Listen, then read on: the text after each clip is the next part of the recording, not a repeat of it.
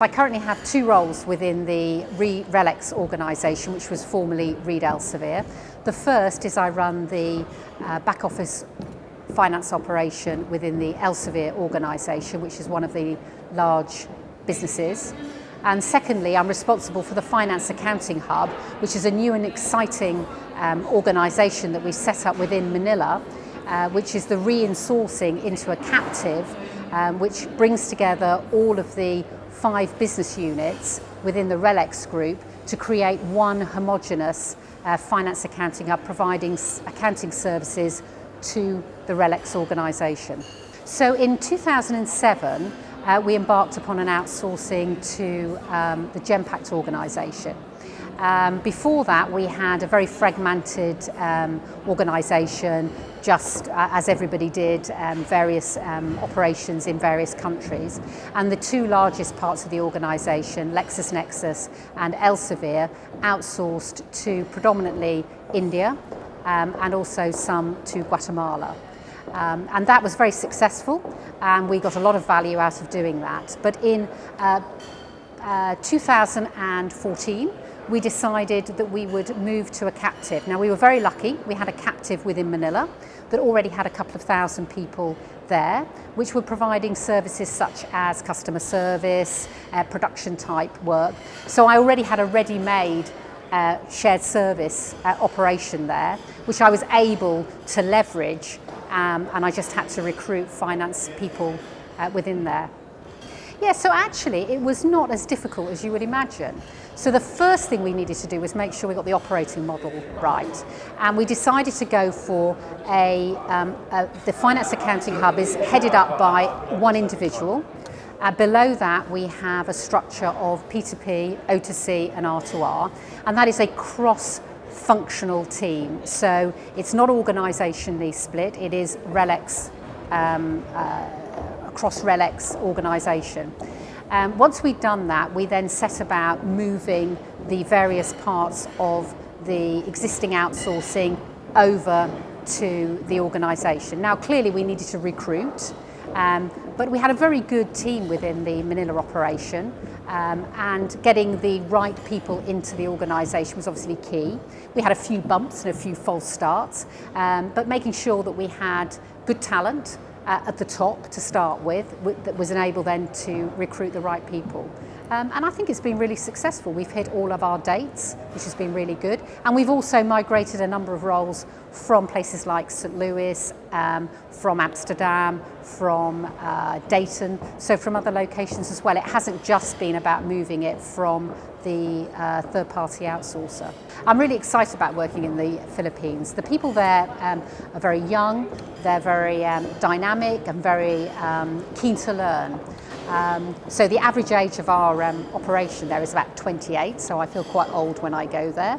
But the benefit is that they're very enthusiastic, they're keen to learn, and they're keen to challenge what we're doing, which is actually really very good, because just because we do something like this today doesn't mean to say we want to do it like that tomorrow. So I'm really excited that we'll be able to take what we've got and actually transform what we've got into something new and exciting and vibrant for the Relx organisation. We're very lucky where we are. We're in a part of the Manilla called Quezon City, which is slightly away from where many of the other BPOs are. We do obviously suffer from attrition, but one of the things we're aiming to do is to set up an environment where people can see that they can grow their careers, so they'll join. We're putting in place the opportunity to qualify as a CPA. We're also putting in an opportunity to qualify, perhaps doing CIMA qualification, which will enable them to feel that they can grow within the organisation. So what we want to say is, you know, in any other part of the organisation, say in London or in the US, you join an organisation and you stay and you have a part, you know, you have a career path. We want to see people have that career path within the Philippines. So rather than leave and go somewhere else, you would join, and then obviously as you get promoted, we would then have that opportunity then to promote somebody back into your role, and they would see that they could then have a career path within there.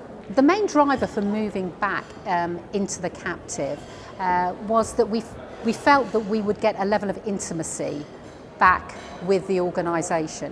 So we've changed the way that the operation within the Philippines works. So we've got away from calling it an outsource or a BPO. Everybody there is called a colleague. There is no customer-supplier relationship. There is no stakeholders. Everybody is just another employee of finance.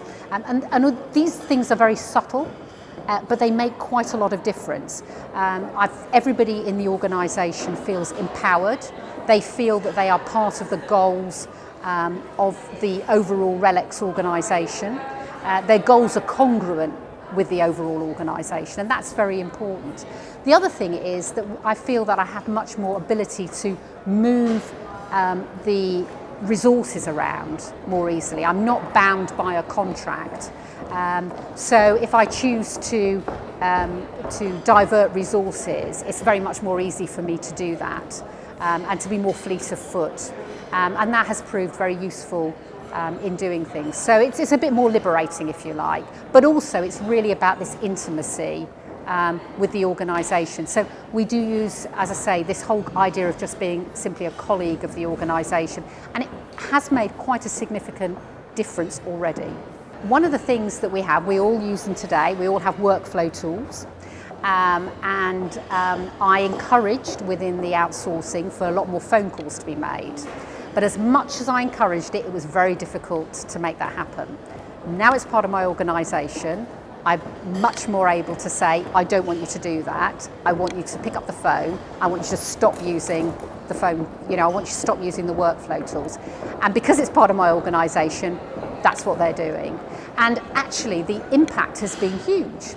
So rather than just sending something through the workflow, because that takes 1 minute, I'm now getting them to phone somebody up, have a conversation with them. Rather than spending 1 minute workflowing it, they're spending 5 minutes explaining to somebody, well, this is what I want you to do, this is why I want you to do it.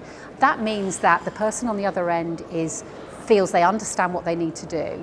And actually, then the next time, they don't actually have a problem. So actually, instead of having the 1 minute workflow conversation, I've got a much more engaged part of the organisation who understands what they need to do. They're much happier. The person within the finance accounting hub is much happier. And actually, the value to the business is much greater. And I can do that in a way that I struggle to do. The second thing that I'm able to do is, obviously, when you have a contract with a third party, you have to have service level agreements. That's absolutely understood.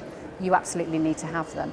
I've been able to get rid of all of those. So we don't have service level agreements. We have metrics, but everybody comes to work to do 100%.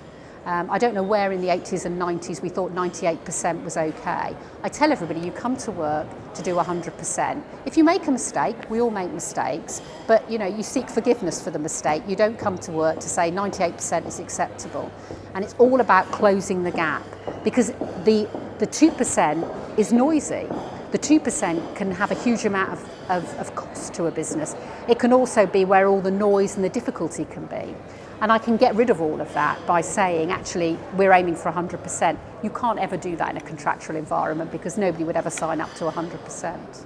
Yeah, the SLA thing is interesting, because it's so normal for us to have SLAs being captives, that for you to say we've gotten rid of them, my initial thought is, well, how do you monitor yourself? But of course what you're saying is you're part of the business, why would you not? Well, we do monitor ourselves. Yes. Within the captive. We have metrics, but essentially if the answer is 97%, that's fine, but it's all about closing the gap to 100%. What is in the 3%? We don't say 97% is acceptable. We don't go red, amber, green. We just say, well, it's 97%. What's in the 3%? What do we need to do better to close the gap to the 100%? We may never get to the 100%, but you're constantly looking to close the gap. I haven't actually been to an event here at the Shared Services, but I've been really impressed with the event. I have actually walked around and seen some of the exhibits, and in fact, actually looking at the board behind me here, there are a number of things that actually we already use today. I've met a number of people who I work with. Somebody met me here. In fact, I've got a meeting with them on Friday already in the diary. I've met a couple of people who set up meetings with me that have been of great interest. So actually, quite a lot of it has been very useful. And indeed, next time that you invite me, I will come along for a longer period of time.